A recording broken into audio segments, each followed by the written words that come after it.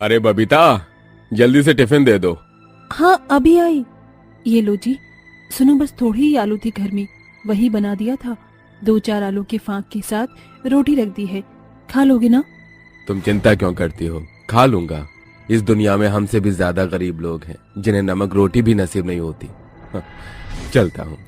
ये कहानी है बबीता के गरीब ससुराल की। सास ससुर ननद 2 बच्चों को कुल 7-8 परिवार उस गरीबी में गुजारा कर रहा था, जिसमें कि अकेला पप्पू ही कमा कर खिलाने वाला था। पप्पू एक बिस्किट चॉकलेट बनाने की फैक्ट्री में 10 घंटे काम करता, जिसके बदले उसे 7-8 हजार मिलते। उसमें घर का किराया, भाड़ा, बिजली, पानी देने के बाद बस उनके पास 2 वक्त की रोटी खाने के पैसे भी बड़ी मुश्किल से बचते। नोनो, किट्टू, चलो खाना खा लो। थाली में फिर से सूखे आलू देखकर 5 साल की नोनू मुंह बनाकर बोलती है, ये क्या माँ, आज फिर आलू और लोटी। आप कभी हमारे लिए पूरी कचौड़ी क्यों नहीं बनाती?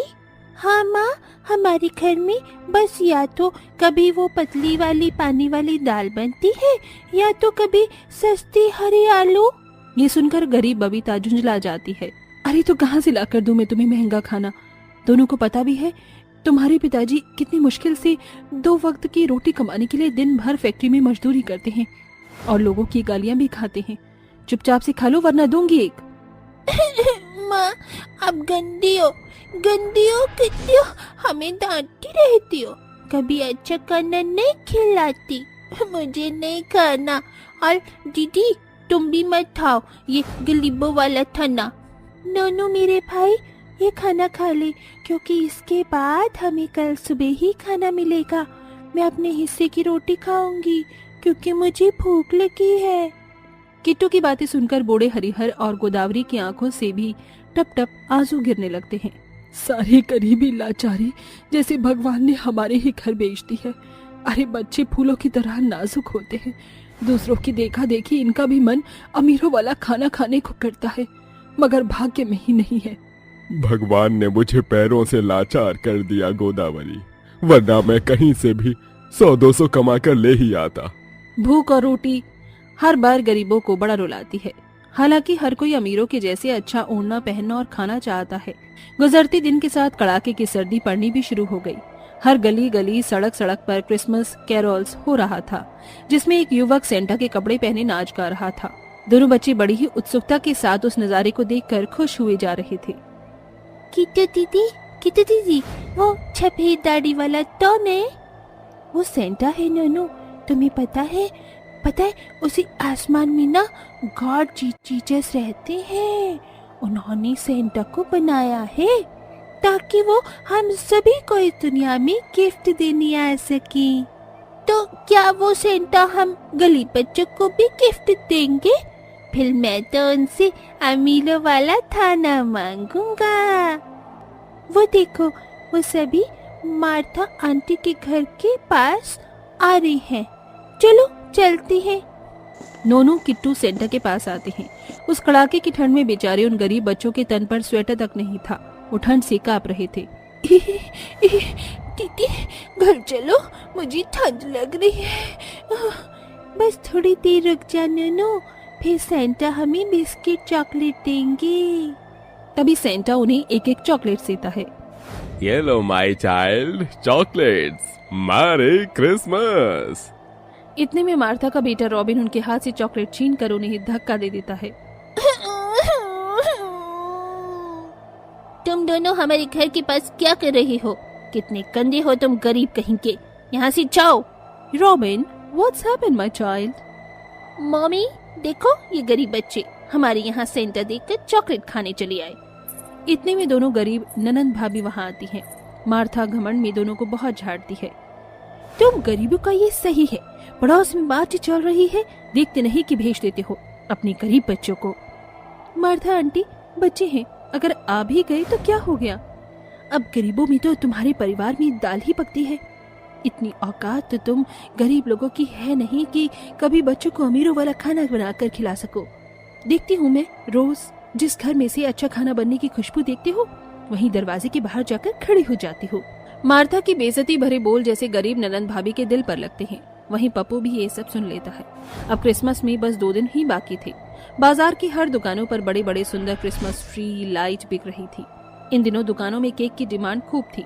मार्था भी अपने बड़े से घर के बाहर दोनों दरवाजों की तरफ 2 बड़े बड़े क्रिसमस ट्री लाइट और गिफ्ट बॉक्स लगाकर सजा देती है, मगर बबीता का घर एकदम सूना। क्रिसमस के लिए ना नए कपड़े दिला दो। रॉबिन ने नए कपड़े पहनी है और उसके पास गरम स्वेटर, मफलर, जूते सब है। देखो मेरा टी शर्ट एकदम फट गया है और चप्पल भी टूट गई है। मुझे भी गरम कपड़े दिला दो। नोनू, मैं तुझे कपड़े दिला देता, पर क्रिसमस के बाद पैसे मिलेंगे मुझे। नोनू तुझे नए कपड़े चाहिए ना? यहाँ देख, मैंने सेंटा को लेटर लिखा है। तुझे भी जो भी चाहिए लेटर में लिख दे। दोनों ने सेंटा के नाम लेटर लिखकर तकिए के नीचे रख दिया।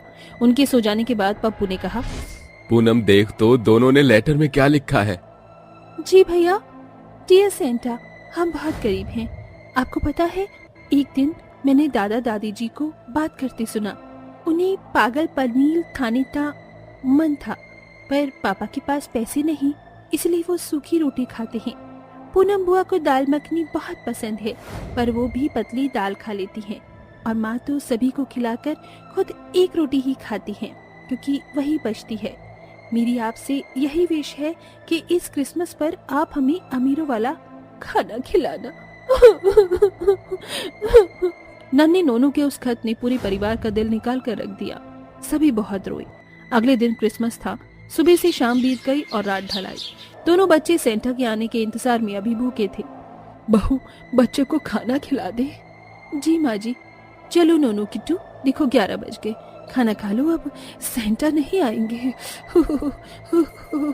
नहीं माँ, अभी नहीं। सेंटा ने हमारे लेटर पढ़ लिया होगा, वो हमारे लिए अमीरों वाला खाना लेकर आते ही होंगे। तभी अचानक एक चमत्कार हुआ। बर्फ गिर रही बादलों के बीच से बग्गी पर बैठे सेंटा पोटली लिए उनके घर के दरवाजे पर रुक गए। कड़ाके की ठंड में पूरी सड़क जैसे सफेद बर्फ की चादर से ढक गई थी। आसमान से गिरती बर्फ जैसे धरती पर सेंटा का स्वागत कर रही थी। माँ, पिताजी देखिए, हमारे घर में सचमुच का सेंटा आया है। Merry Christmas my child. अरे, अब हमारे घर में सचमुच में सेंटा आया है। सेंटा, तुम हमारा अमीरों वाला खाना लाए हो ना? Yes my child. फिर सेंटा जैसे ही अपनी जादुई छड़ी घुमाते हैं, उनके सामने हर तरह का अमीरों वाला खाना आ जाता है, जिसे देखकर बबीता और उसके गरीब ससुराल वालों की खुशी का ठिकाना नहीं रहता। इतना सारा अमीरों वाला खाना! भाभी, माँ, पिताजी, भैया देखो। देखो, मैंने तुम्हारी विश पूरी कर दी। अब जल्दी जल्दी खाओ खाना। जो जितनी जल्दी जल्दी खाएगा, सेंटा उसे क्रिसमस का एक और गिफ्ट देगा। Merry Christmas. पूरा परिवार अमीरों वाला खाना देखकर लपक पड़ते हैं और बड़ी खुशी से खाने लगते हैं। भाई वाह, ये पालक पनीर कितना स्वादिष्ट है। और बचा है क्या? नहीं जी, खत्म हो गया। प्यारे सेंटा, क्या थोड़ा पालक पनीर और मिलेगा? हाँ, क्यों नहीं, खाए जाओ प्यारे सेंटा के गुण गाए जाओ। उस गरीब ससुराल वालों को अमीर वाला खाना खिलाने के साथ सेंटा उन्हें बीच बीच में खूब हंसाते। क्रिसमस की उस रात उस गरीब की झोपड़ी में मसीहा ने जैसे आसमान के झरोके खोलकर सारी खुशियां भेज दी थी। खा चुकने के बाद सभी ने दिल से सेंटा को खुशी के आंसू के साथ धन्यवाद किया। आपका बहुत बहुत धन्यवाद प्यारे सेंटा। आज आपने मेरे गरीब ससुराल वालों को अमीरों वाला खाना खिलाकर वो खुशी दी है जिसे एक गरीब का परिवार कभी नहीं खरीद पाता, क्योंकि हम जैसों की जिंदगी तो बस 2 वक्त की रोटी कमाने में ही बीत जाती है। उस गरीब बहू की बात सुनकर ईश्वर के भेजे दूत सेंटा की भी आंखें भर आई। उन्होंने सभी को क्रिसमस का तोहफा दिया। ये लो माय चाइल्ड, ये गिफ्ट्स तुम सब के लिए। Merry Christmas. और हमारा क्रिसमस गिफ्ट सेंटा? ओहो, बच्चे मन के सच्चे, ये लो तुम्हारे लिए चॉकलेट्स, बिस्किट। ओहो, मैरी क्रिसमस। मैरी क्रिसमस प्यारे सेंटा। इसके बाद पूरा परिवार खुशी के साथ सेंटा को विदा करते हैं। साथियों, सेंटा की तरह हम भी किसी गरीब परिवार के लिए सेंटा बनकर उन्हें खुशियां दे सकते हैं।